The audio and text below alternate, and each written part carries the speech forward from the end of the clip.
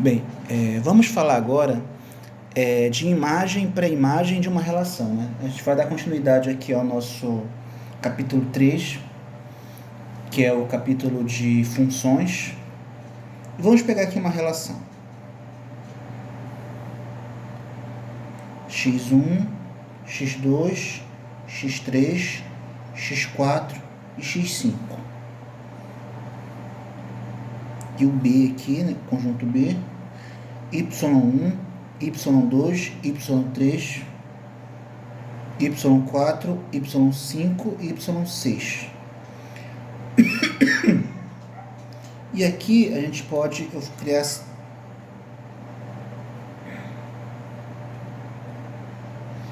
aqui a seguinte relação. Definir aqui que o y1 se relaciona, o x1 se relaciona com o y1, o x2 se relaciona com o y2, o x3 se relaciona com o y4 e o x4 se relaciona com o y3. Bem, agora eu vou fazer o seguinte. Eu vou pegar o domínio, né? Que o domínio, aqui o domínio, mas não, o domínio seria x1, x2, x3, x4, né? Esse aqui seria todo o domínio, até o x4, do x1 até o x4. Mas eu não preciso pegar todo o domínio, vou pegar só uma parte. Digamos que eu pegue só o x1, x2 e x3, tá? Repara que esse conjunto não é todo o domínio. Lembrando que domínio é o conjunto de todos os elementos do primeiro conjunto que se relaciona com o outro, né? Então, repara que o x4 está no domínio, mas eu não escolhi. Eu peguei só uma parte do domínio. Essa parte do domínio eu vou chamar de U, ok? E quais são os elementos de U que se relacionam com B? Esses elementos vão ser esses daqui.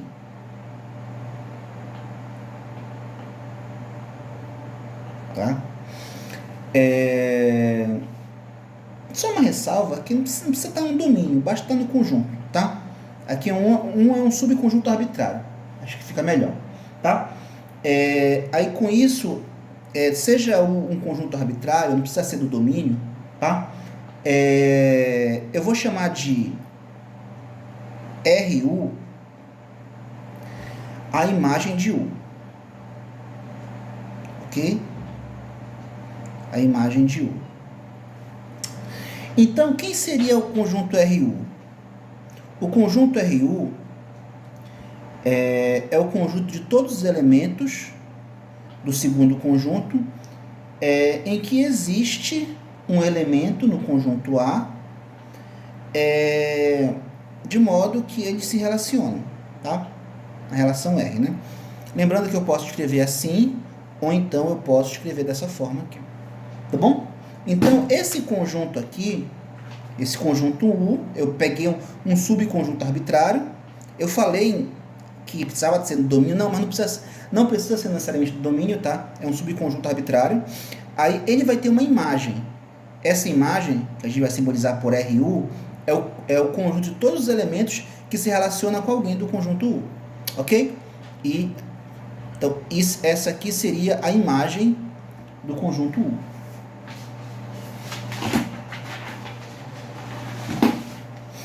Agora, bem, quero falar de imagem e pré-imagem, né? O que seria a pré-imagem? Vamos dar continuidade aqui. E eu vou falar também da pré-imagem. Bem, agora eu vou de novo pegar o conjunto A, x1, x2, x3, x4 e x5. E aqui eu vou pegar o conjunto B. O conjunto B. y1, y2, y3, y4, y5 e y6, né? Coloquei mais um aqui. E vou criar a relação, né?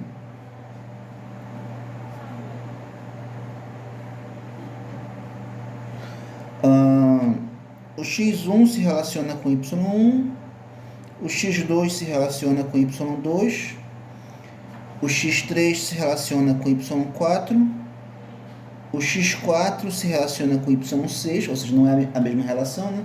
E o x5 se relaciona com y3. Agora a gente vai fazer o contrário, tá? A gente vai começar do segundo conjunto. E eu vou pegar uma parte desse segundo conjunto, um subconjunto, digamos que seja esse aqui. Esse subconjunto eu vou chamar de conjunto V. Ok? Agora vamos ver quais são os elementos do primeiro conjunto que se relacionam com o conjunto V. Nós temos esse elemento aqui, que se relaciona com y2, temos o x3, que se relaciona com y4, e nós temos o x5, que se relaciona com y3. Então, eu tenho isso aqui, ó.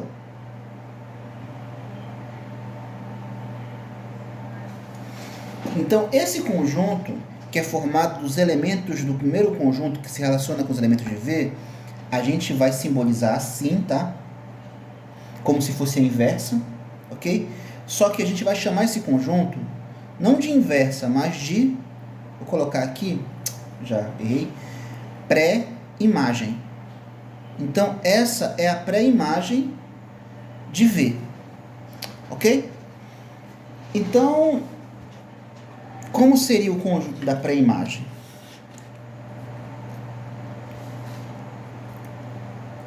A pré-imagem de V é o conjunto de todos os elementos x pertencentes ao primeiro conjunto em que existe um y pertencente a V, tal que xy pertence à relação.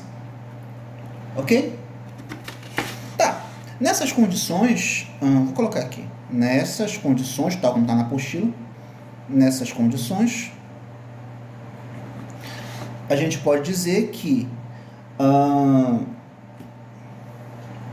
se eu pegar todo o conjunto A, né, a imagem de A vai ser igual à imagem de B. Ok? E a pré-imagem de B vai ser igual ao domínio da função. Só fazer uma correção aqui. Aqui é a imagem da relação. Ok? Tá. Feito isso, vamos dar prosseguimento aqui.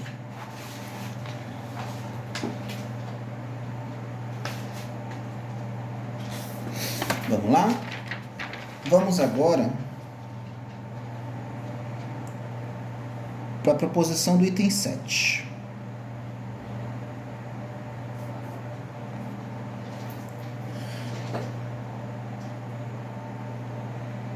Dada uma função f de A em B, tá? Dada uma função f de A em B, então, para todo y pertencente a A, temos que esse conjunto aqui está a função, a imagem desse conjunto unitário é também unitário.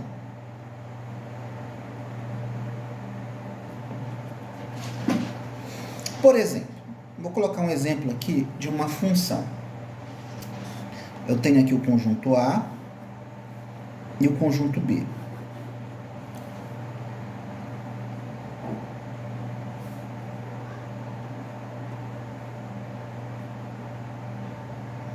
Então, eu tenho que o x1 se relaciona com y1, o x2 se relaciona com y2 e o x3 se relaciona com y4. Ok? Então, é evidente que essa relação é uma função. Por quê?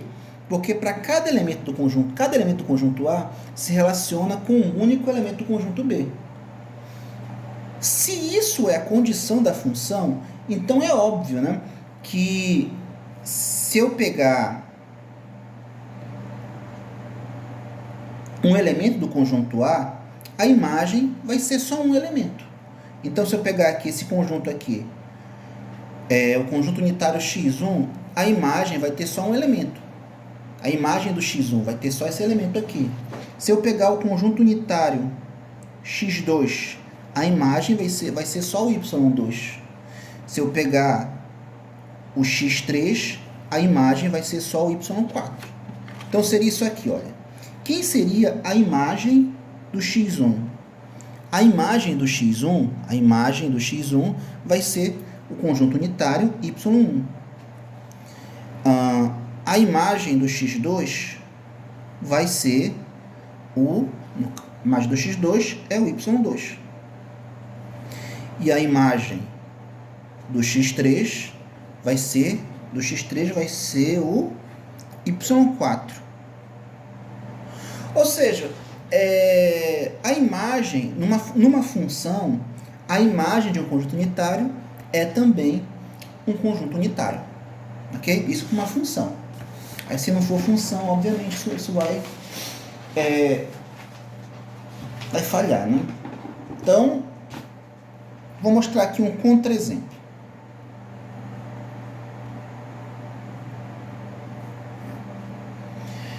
Como contra-exemplo, a gente pode pegar aqui esse conjunto x1, x2, x3 e o b y1, y2, y3, y4. Então, eu vou construir essa relação aqui. Deixa eu só colocar uns pontinhos. Eu vou construir essa relação aqui. O x1 se relaciona com o y1.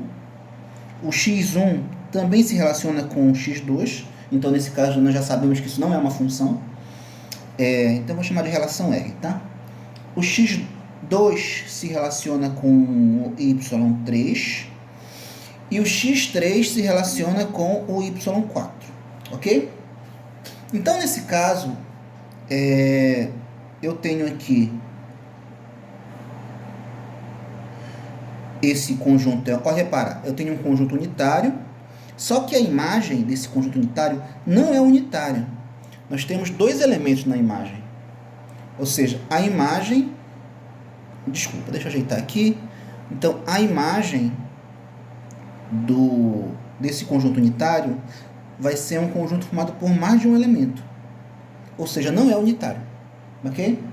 Portanto, eu posso dizer que R não é uma função. Ok? Então, vamos dar continuidade ao nosso capítulo 3. Vou pegar um exercício aqui que é bem interessante, que vai servir para a gente ter uma base aqui teórica da ideia de função. E que a gente pode ver a gente vai ver mais tarde. Olha aqui.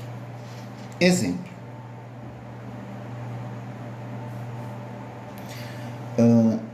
Dados. O conjunto A, formado por 1, 2, 3 e 4. E o conjunto B. Vou colocar aqui.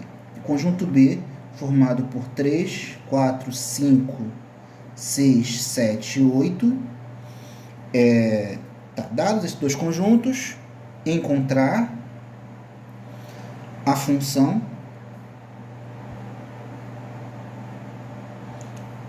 f de A e B definida pela lei de formação.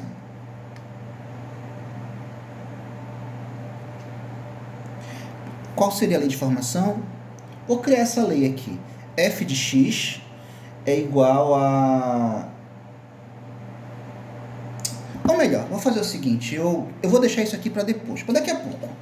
Porque senão eu vou estar pulando uma etapa. Bem, é só pegar aqui uma parte que eu pulei, que é o seguinte. Se eu tenho uma função, isso aqui está logo em seguida na apostila. Se eu tenho uma função assim, f de A e B, nós sabemos que a imagem de um conjunto unitário vai ser também unitário. Ok? Então, quando isso acontecer, né, se o f do unitário x é igual ao unitário y, quando isso acontecer, a gente vai dizer que o f de x é igual a y. Tá bom? Então, a gente vai usar essa notação aqui. Então, se o x y pertence à função f, então a gente vai dizer que o f de x é igual a y, tá? A gente vai usar essa notação aqui, tá bom?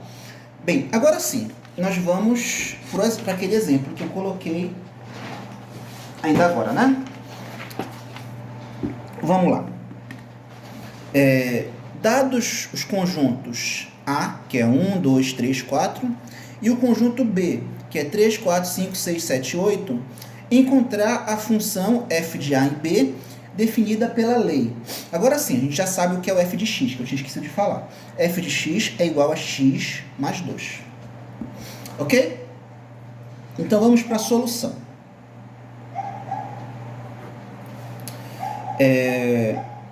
Vamos lá.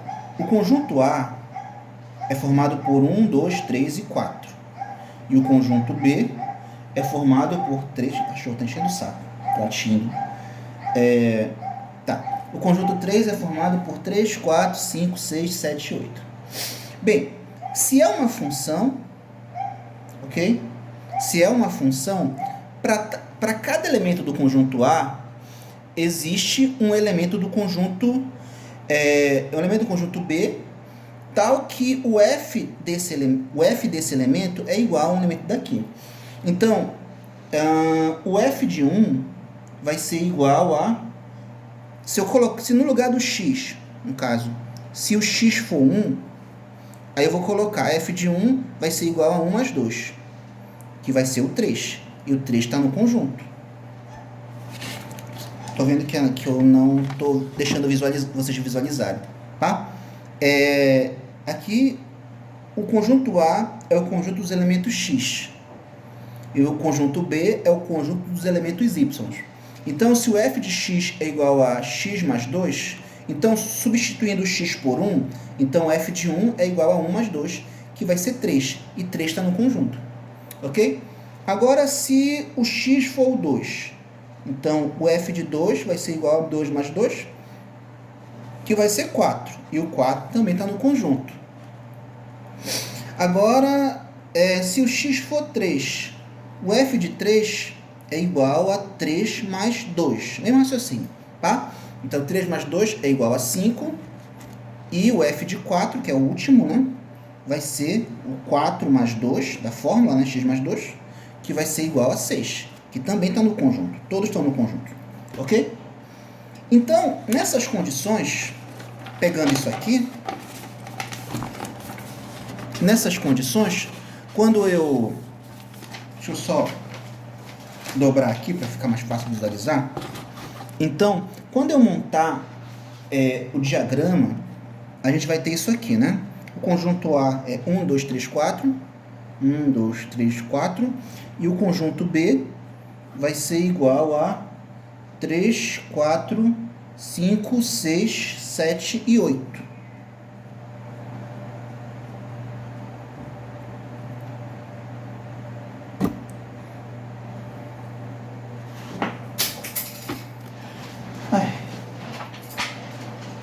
Deixa eu só arrumar aqui que tá...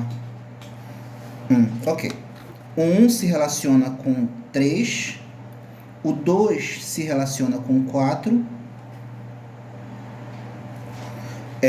O 3 se relaciona com 5. E o 4 se relaciona com 6. Então tem essa função aqui. Por quê? Porque a gente está vendo, né, que se o f de 1... Deixa eu... Dizer que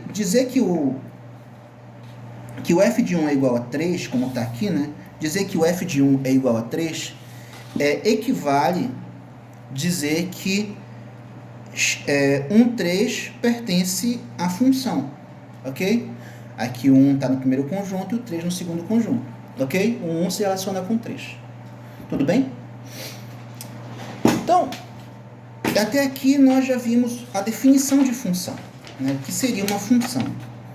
Agora nós vamos ver alguns tipos de função. Só que como já passou os 20 minutos, né? Então nós vamos ver os tipos de função, os tipos de funções, uma outra aula.